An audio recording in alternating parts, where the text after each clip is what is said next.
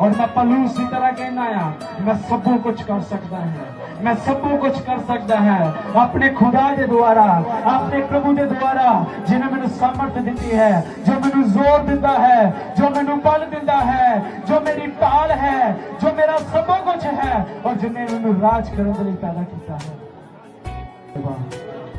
खुदावंद तेरा धन्यवाद, मेरे घर दे विच तेरा राज होवे और हर स्थिति ते मैं राज कर सकां।